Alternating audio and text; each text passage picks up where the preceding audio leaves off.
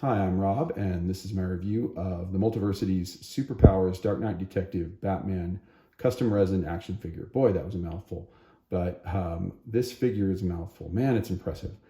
This was released in mid-2021. It was a very limited order of figures, and through the Multiversity Enzo Tedesco, you were able to purchase one of these. And of course, the really key difference with this Batman are a couple of things, but the really key difference is the head sculpt. Using the Marshall Rogers sculpt from the much acclaimed mid to late 70s run of Englehart and Rogers in Detective Comics.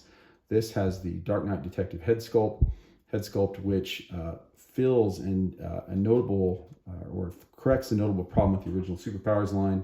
As you can see, here's the original Batman figure, and his head is just a little bit too small. And what's fascinating is I've always noticed this. I know some of you have noticed this as well, but even back in the day, when I saw the original comic book ad for Superpowers on the back of comic books, Batman's head, even though you can barely see it, and even though the resolution is so bad on that ad, you can tell that his head is noticeably smaller than it should be. And what's interesting is when you compare him to other figures, you can see that his head is noticeably smaller than it should be. Put him next to Green Lantern, put him next to Aquaman, put him next to Superman, you will see that the head sculpt is just way too small. Looks like it was sort of shot and at 90% of the prototype instead of 100, and somehow, some way that made it onto the actual figure. Still is a great looking figure though, but you can see that Enzo Tedesco, the Multiversity, he corrects that with his great sculpt.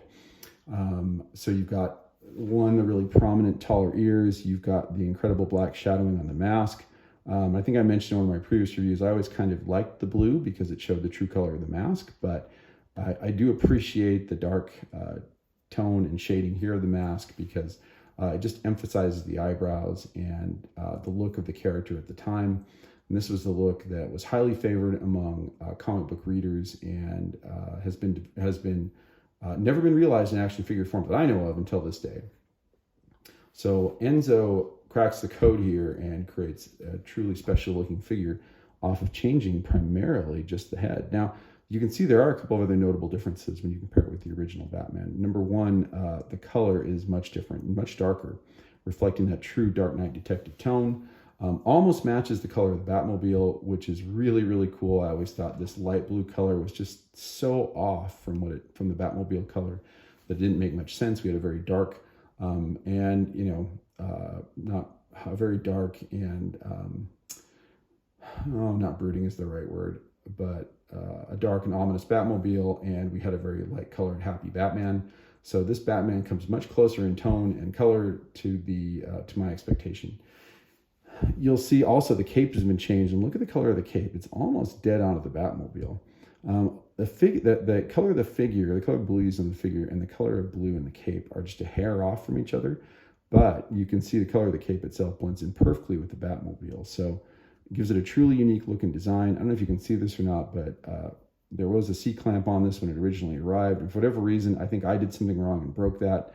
And I had to use one of the Cape Masters. I had a second Cape Master cape and was able to take out one of the rings in there and run it through here so that I could make it, give it back its form and its shape. And you know what? It sits very, very nicely on the shoulders of this figure.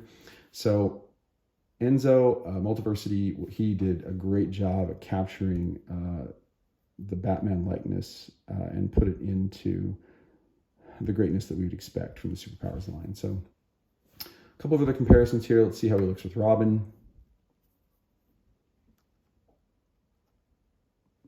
And again, you know, the Marshall Rogers look looks really, really nice when compared to the Jose Luis Garcia Lopez look. Both of them are beautiful, but they both fit seamlessly together.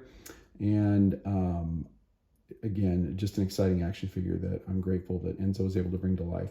So again, I don't know if you're going to get another shot at this or if Enzo will make a custom of it for folks, but hopefully this is a figure you can get your hands on. It truly adds something very unique to your collection. Yes, it is the casted resin, and so it's got the magnets holding the arms, legs, and head on. But as we know, the Superpowers line is just a display perfect line. This is a display perfect figure. Try to get your hands on one of these if you weren't able to do so the first time. Thanks again. Leave your comments below.